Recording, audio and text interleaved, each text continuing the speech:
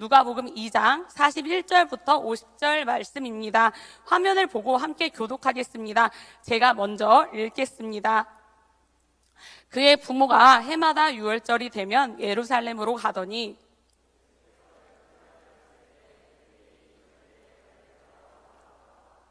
그 날들을 마치고 돌아갈 때에 아이 예수는 예루살렘에 머무셨더라. 그 부모는 이를 알지 못하고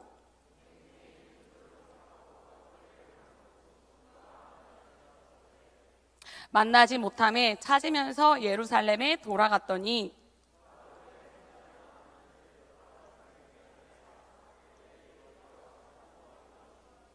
듣는 자가 다 그 지혜와 대답을 놀랍게 여기더라.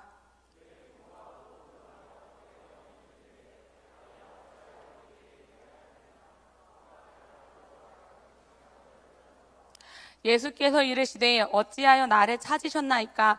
내가 내 아버지 집에 있어야 될 줄을 알지 못하셨나이까? 하시니 함께 읽겠습니다. 그 부모가 그가 하신 말씀을 깨닫지 못하더라. 아멘. 오늘 당신의 예수님은 어디 계신가요? 라는 제목으로 말씀 전해주실 분장님은 홍석균 목사님이십니다. 박수로 환영하겠습니다. 살아계신 주님, 오늘 이 밤에 주의 백성들이 주님 앞에 무릎을 꿇고 주님이 우리를 인도하시기를 간절히 구합니다. 하나님, 우리는 길을 잘 알지 못합니다. 어떤 것이 옳은 것인지 또 어떤 것이 하나님 기뻐하신 것인지 잘 모릅니다. 성령 하나님 이곳에 오셔서 가르쳐 주시고 말씀하여 주시고 보여주시옵소서. 오늘 드려지는 예배 주님 영광받아 주시옵소서. 예수님의 이름으로 기도드리옵나이다. 아멘. 우리 하나님께 박수로 영광 한번 돌리겠습니다. 네, 우리 찬양팀 그리고 오늘 특송해준 자매에게도 우리 박수로 한번 축복하겠습니다. 네. 오늘 하루 종일 제가 바빴습니다. 결혼식 갔다가 제자반 그리고 선교학교 그리고 마치고 다시 팀별 모임 했는데 제가 시간이 너무 없었어요. 그래서 옷도 갈아입지 못하고 왔지만 그래도 여러분들 사랑하는 마음만은 언제든지 변함이 없습니다. 자, 인도의 한 왕이 한 아내를 정말 사랑했습니다. 그래서 평생을 함께 하기로 다짐을 했어요. 근데 불행하게도 이 아내는 1년 만에 세상을 떠나고 말았습니다. 왕은 아내를 잊지 못했습니다. 그래서 죽은 아내를 위해서 멋진 무덤을 만들어 주기로 했습니다. 예쁜 무덤을 만들어주고 매일 언덕에 올라서 아내를 바라보듯이 무덤을 바라보았습니다. 그러던 어느 날 무덤만 덩그러니 있는 것이 너무나 보기 좋지 않았습니다. 그래서 어떻게 이 무덤을 꾸며줄까라고 하다가 자신을 상징하는 용사의 상을 무덤 오른편에 세워주었습니다. 그래서 이제는 좀 괜찮겠지 생각을 했어요. 근데 그 무덤을 보는데 뭔가 그래도 허전한 느낌이 들었습니다. 그래서 왼편에는 왕가를 상징하는 호랑이 상도 세워주었습니다. 이제는 완벽하겠지 생각을 했어요. 근데 언덕에서 그 무덤을 바라보는데 뭔가 허전함을 느꼈습니다. 그래서 북쪽에는 성을 지어주고 또 남쪽에는 별장을 지어주었습니다. 이제는 정말 완벽하겠지 생각을 했어요. 근데 어느 날 그 무덤을 왕이 바라보는데 뭔가 이 조형물에 무덤이 맞지 않는 겁니다. 그래서 신하를 불렀습니다. 그리고 이렇게 말했습니다. 여봐라, 저 무덤을 당장 치워버려라. 20세기 영국의 작가인 허버트 조지 웰스가 쓴 무덤이라는 책에 수록된 내용입니다. 이 이야기는 주객이 전도될 때 일어나는 그 현상을 풍자한 내용이라고 말할 수 있겠습니다. 우리의 신앙생활에도 이렇지 않습니까? 처음에는 정말 순수한 마음으로 뭔가를 섬겼습니다. 근데 시간이 지날수록 그 의도가 불순해지는 경우를 봅니다. 처음에는 주님을 사랑하는 마음으로 헌신했어요. 근데 시간이 지날수록 허례와 허식만 남게 되는 경우가 있습니다.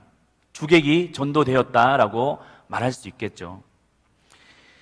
오늘 본문도 주객이 전도된 사건을 소개하고 있습니다. 본문은 유대인의 절기 유월절을 소개하고 있는데 유월절은 출애굽 사건을 기억하는 그런 의식입니다. 이때가 되면 유대인들은 이제 성전으로 다 이렇게 올라갑니다. 그리고 절기 행사를 치르려고 하는 것이죠.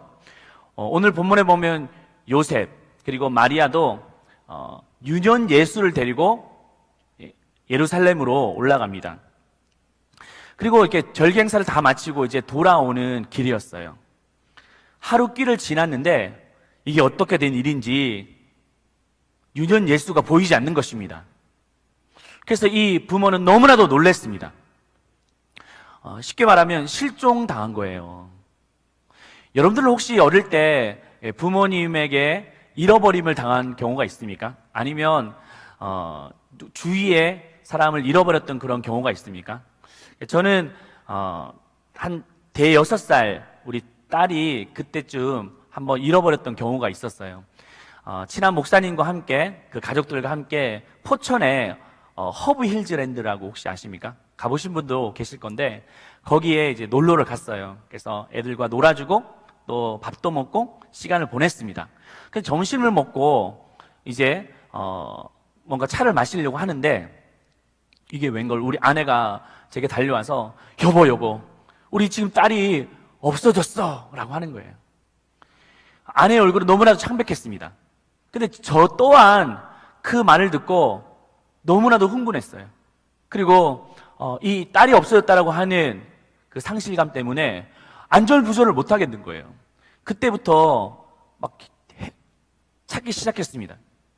정말 영화에서 나오는 그런 모습처럼 우리 딸과 그 키가 비슷한 아이를 막 찾으면서 얼굴을 막 확인하고 막 뛰어가서 또 누군가의 얼굴을 확인하고 여기는 있겠지 또 저기는 있겠지 막 계속 돌아다니면서 그 딸을 찾으러 다녔습니다. 근데 20분을 찾아다녔는데 헛수고했어요. 그래서 너무나도 절망하고 또 그 상실감에 이제는 딸을 못 찾는 거 아니야? 라는 생각을 가지고 이제 돌아오는데 너무 황당한 곳에서 이 딸을 다시 발견하게 됐습니다. 어디였냐면 처음 잃어버렸던 그 곳에서 우리 딸을 보게 됐어요. 그 처음 잃어버렸던 곳이 인형을 뽑기 하는 그런 곳이었는데 그곳에서 그 대여섯 살 되는 아이가 혼자 계속 그 인형 뽑기를 보고 있는 거예요. 얼마나 황당했겠습니까? 저를 딱 봤는데 저는 너 어디 있었어? 이렇게 말하니까 얘는 너무 황당하다는 듯이 쌩글쌩글 웃으면서 난 여기 있었는데 왜 아빠만 그렇게 흥분한 거야? 라고 하듯이 저를 쳐다보고 있는 거예요. 너무나도 황당했습니다. 이 아이를 잃어버린다라고 하는 것은 너무나도 충격적인 일일 거예요. 이 마리아와 요셉은 이 유년 예수를 잃어버렸습니다. 그렇다면 요셉과 마리아는 무슨 이유 때문에 이 유년 예수를 잃어버렸을까요? 많은 인파가 모였기 때문에 너무 복잡해서 잃어버렸을까요? 요세푸스에 따르면 예루살렘 인구가 5만 명 된다고 합니다. 근데 6월절 명절이 되면 100만 명으로 늘어나요. 20배가 가까이 늘어납니다. 그러니까 여기 치이고 저기 치이면서 이 유년 예수를 잃어버렸을 수도 있습니다. 또 아니면 바쁜 일정 때문에 잃어버렸을까요? 6월절 제사를 지낸다고 하는 것은 재물이 필요합니다. 그리고 여러 가지 준비할 것이 너무나도 많습니다. 그래서 그 바쁜 일정 때문에 예수를 잃어버렸을까요? 성경은 그 이유를 좀 더 다르게 말하고 있습니다. 44절 말씀 우리 같이 한번 읽겠습니다. 동행 중에 있는 줄로 생각하고 하루 길을 간 후 친족과 아는 자 중에서 찾되. 요셉과 마리아는 예수가 동행 중에 있다라고 착각한 거예요. 어제도 있었고 오늘도 있었기 때문에 지금도 있을 것이라고 착각했던 것입니다. 긴장이 풀리고 안일한 마음 상태가 된 거예요. 우리의 신앙 여정에 있어서도 경계할 것이 있습니다. 바로 영적 안일함입니다. 안일한 태도는 우리의 신앙을 흐려지게 만듭니다. 또 영적 감각을 무뎌지게 만들어 버립니다. 급기야 예수님을 잃어버리게 만들 수 있는 것입니다. 지금 여러분들은 어떤가요? 영적 안일함에 빠져 있진 않습니까? 이 정도면 괜찮지 뭐. 나 이제껏 잘해왔는데 라고 하는 생각이 여러분들 영적 안일함에 빠지게 하고 있지는 않습니까? 어제의 승리가 오늘의 승리를 장담한다라고 착각하지 마십시오. 어제의 그 영광이 오늘의 영광이 될 것이라고 여러분들 오해하지 마십시오. 성경을 보시면 여호수아와 그 이스라엘 백성이 그 난공불락이었던 여리고성을 무너뜨립니다. 근데 시간이 지나면서 안일함에 빠진 거예요. 전리품을 온전히 바치라고 하나님의 명령을 우습게 여겨버렸습니다. 결국 아간이 온전하게 전리품을 하나님께 드리지 못하다가 작은 성 아이성에서 패배하고 말았습니다. 엘리야를 보십시오. 450명 그 바알 선지자와 싸워서 이겼습니다. 근데 얼마 시간이 지나서 그 이세벨이 이 엘리야를 죽이러 찾아올 때 영적 침체에 빠져서 로뎀 나무의 아래 죽기를 청하는 그런 무너짐이 있었습니다. 하나님의 능력이 언제나 내게 머물 것이라고 착각하지 말길 바랍니다. 신앙은 연수를 자랑하는 것이 아닙니다. 내 과거의 업적을 자랑하는 것이 아닙니다. 지금 내게 말씀하시는 하나님을 우리는 실전적으로 만나는 것이 우리의 신앙의 고백이 되어야 될 줄로 믿습니다. 그것이 우리의 신앙의 본질인 거예요. 지금 내게 말씀하신 하나님, 지금 내게 역사하신 하나님이 내 가운데 머물고 있느냐, 그것을 우리는 확인해야 될 것입니다. 예수를 잃어버린 요셉과 마리아는 지나온 동선을 따라가기 시작했습니다. 천만다행으로 사흘 만에 성전에서 유년 예수를 찾게 돼요. 근데 요셉과 마리아는 이 예수에게 묻습니다. 도대체 네가 어디 있었냐? 그렇게 채근하기 시작합니다. 그때 유년 예수의 대답은 무엇이었습니까? 우리 같이 한번 읽어볼까요? 49절에 나와 있습니다. 시작. 예수께서 이르시되 어찌하여 나를 찾으셨나이까? 내가 아버지의 집에 있어야 할 줄을 알지 못하셨나이까? 하시니. 이 말씀은 무엇을 뜻하는 것일까요? 이 사건은 그냥 마리아와 요셉이 자녀를 우발적으로 한번 잃어버렸다라고 하는 사건을 말하고 있는 것일까요? 그것이 아닙니다. 이 말씀의 핵심은 마리아와 요셉이 이 예수가 하나님의 아들이다라고 하는 그 정체성을 잃어버렸다라고 하는 것을 고발하기 위해서 이 말씀을 기록한 거예요. 예수가 하나님의 아들이다라고 하는 그 정체성을 잃어버리고 있었다는 것입니다. 영적 안일함은 영적 무지로 드러나기 마련입니다. 사실 요셉과 마리아는 이 처음부터 예수를 잃어버릴 만큼 영적 안일함에 빠져 있지 않았습니다. 예수님이 누구인지 모를 만큼 영적으로 무지하지 않았다는 거예요. 그 근거는 오늘 읽었던 그 말씀 앞장에 보면 나와 있는데 누가복음 1장에 보면 마리아가 나옵니다. 근데 이 마리아는 그때는 그 임신하지 않았을 상황이었어요. 근데 가브리엘 천사가 나타나서 마리아에게 너의 몸을 통해서 이제 예수가 나게 될 것이다 라고 그렇게 예언합니다. 그때 마리아는 내가 처녀인데 어떻게 아이를 낳을 수 있는가 라고 반문을 합니다.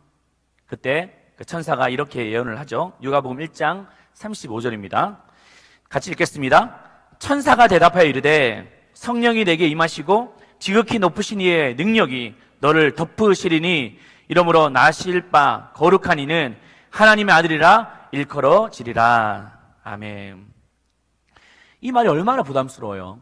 처녀인데 너의 몸을 통해서 아기가 나올 것이다 라고 예언했을 때 받아들이기 힘들었지 않았겠습니까? 또 약혼자가 이 사실을 안다면 쫓겨날 일인 거예요.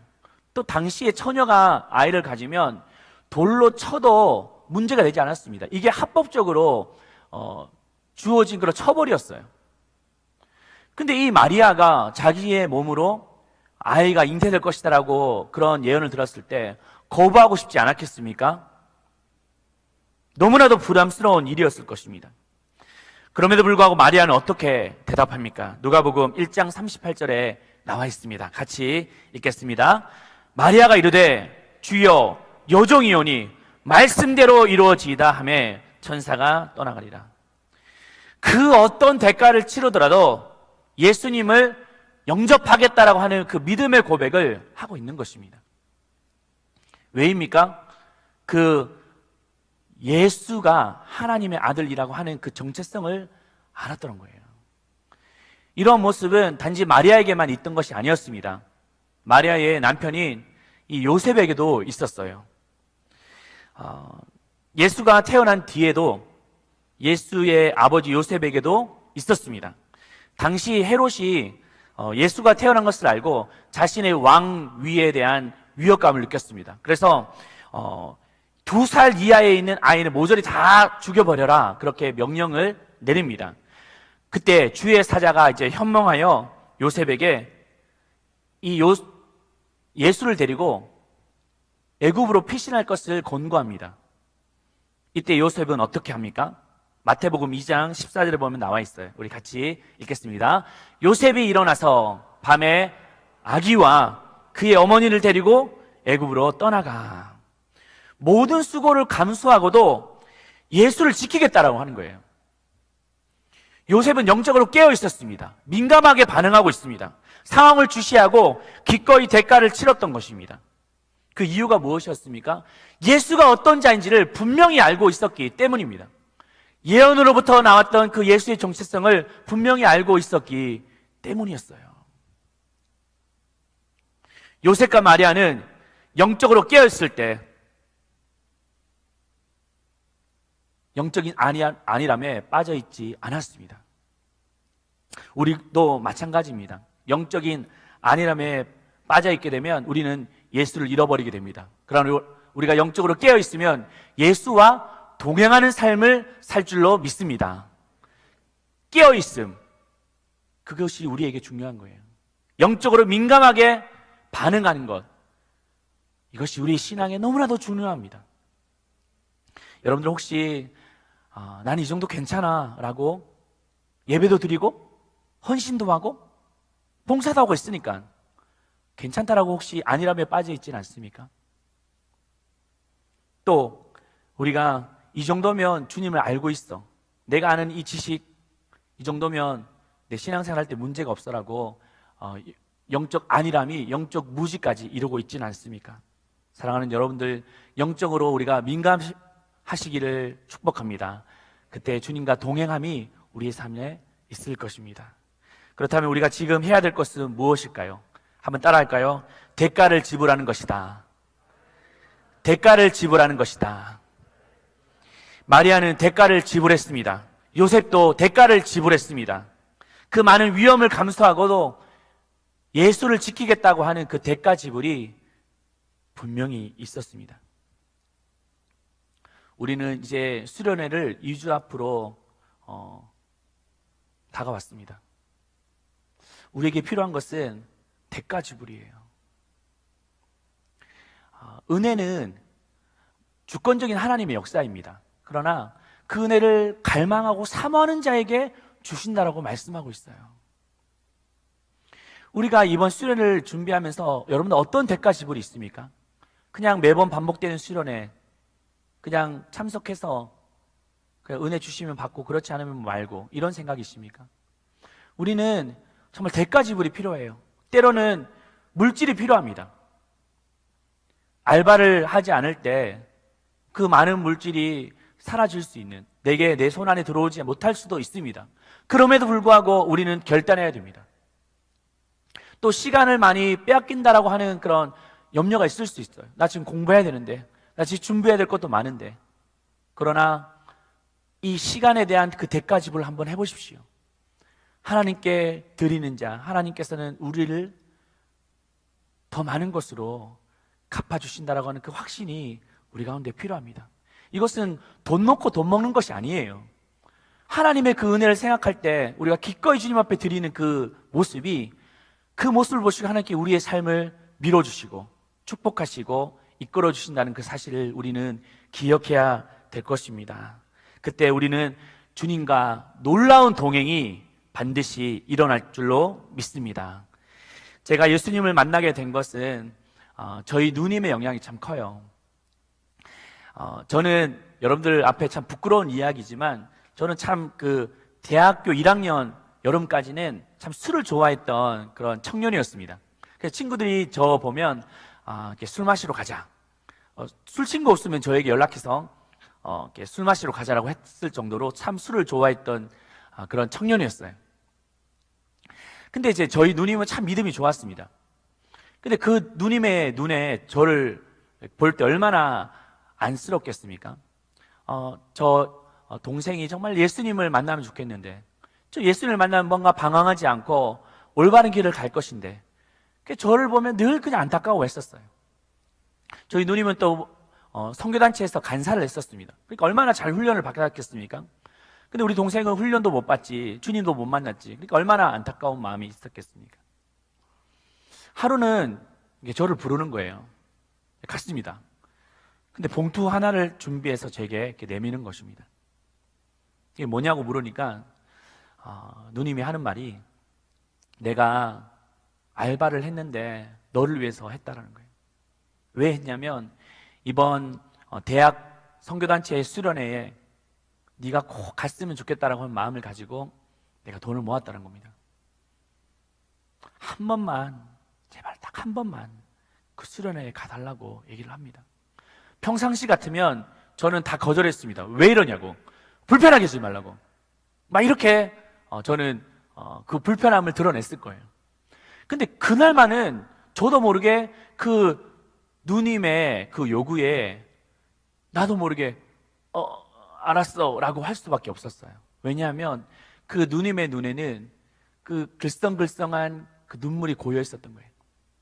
동생 앞에서 이렇게 막 울 수는 없었고, 그렇지만 이 동생이 정말 예수를 만나고자 하는 그 마음이 그 눈에 고스란히 묻어져 있었던 거예요. 그게 제 마음에, 여기서 내가 거절하면 진짜 인간도 아니다, 그런 마음을 가지고 그 누님의 그 청에 그럼 내가 가겠다라고 했어요. 그 대신 이번 한 번은 가지만 더 이상 내게 요구하지 말라고, 불편하게 하지 말라고 그렇게 말을 했습니다. 그리고 그 버스에 올라탔어요. 뭐 있겠나, 뭐 똑같은 그냥 뭐 수련회겠지 라고 하는 생각으로 그곳을 갔습니다. 근데 첫째 날 말씀을 듣는데 그날 저녁에 폭포수와 같은 말씀이 막 떨어지는 거예요. 내 영혼을 고치고 수술하는 그 말씀이 막 떨어지는 것입니다. 그때 요나서 말씀을 강사 목사님이 전하셨는데, 하나님의 뜻을 모르고 내 욕심대로 내 생각대로 갔던 그 요나가 바로 나였던 거예요. 죄의 길로 가고 잘못된 그런 죄의 습관을 따라 살았던 내 모습을 적나라하게 나는 볼 수 있었습니다. 그때 저는 무너졌어요. 나는 죄인이구나, 나는 가망이 없구나, 그 어떤 소망이 없구나. 그때 주님이, 그래, 너는 소망이 없는 존재야. 그렇기 때문에 내가 필요하단다. 이제는 주님의 뜻에 맞는 그 니느웨로 가지 않겠느냐, 주님께서 물으셨습니다. 그때 나는, 주님, 내가 부족하지만 주님의 길을 따라가겠습니다라고 헌신할 수 있었고요. 그때 주님이 저를 만나 주셨습니다. 저는 이 자리에 있는 것은 저희 누님의 그 대가 지불이 있었어요. 죄인이었고 망할 인간이었던 그 누님을 만나주셨던, 값없는 사랑으로 만나주셨던 그 하나님의 사랑을 알았기 때문에 기꺼이 동생을 위해서 헌신할 수 있었던 거예요. 이번 수련회에 대가 지불이 필요합니다. 그 대가 지불을 통해서 예수님을 다시 만나시는 우리 뉴욕 여러분들 되시기를 주님의 이름으로 축복합니다. 우리 공동체가 세워진 것도 첫째는 하나님의 은혜였어요. 근데 둘째는 공동체를 향한 수많은 대가 지불이 있었습니다. 리더들의 헌신, 사역자들의 눈물, 그것이 우리 공동체를 세워왔어요. 그냥 겉으로 볼 때 예배가 좋다, 청년들이 많이 몰리니까 그냥 우연하게 뭔가 사람들이 많이 모였겠지. 아닙니다. 보이지 않는 곳에서 그 영혼들을 향하는 눈물들이 있었다는 거예요. 그 한 영혼을 향한 기도가 있었습니다. 한 번만 수련회 가자, 한 번만 예배에 오라, 이런 권면들이 있었다는 거예요. 첫째 날 못 오면 둘째 날이라도 와라. 둘째 날에 모르면 셋째 날에도 와라. 그런 겉면이 그 영혼들이 이곳에 발걸음을 옮기게 되었고 이곳에서 주님을 만났다는 거예요. 어떻게 보면 똑같은 말씀이 선포되었을지도 몰라요. 그렇지만 그 말씀이 떨어졌을 때 우리의 마음밭을 기도로 준비시켰습니다. 하나님, 저 영혼을 만나 주십시오. 저 영혼을 하나님께서 회복시켜 주십시오라고 하는 그 기도와 눈물이 있었다는 겁니다.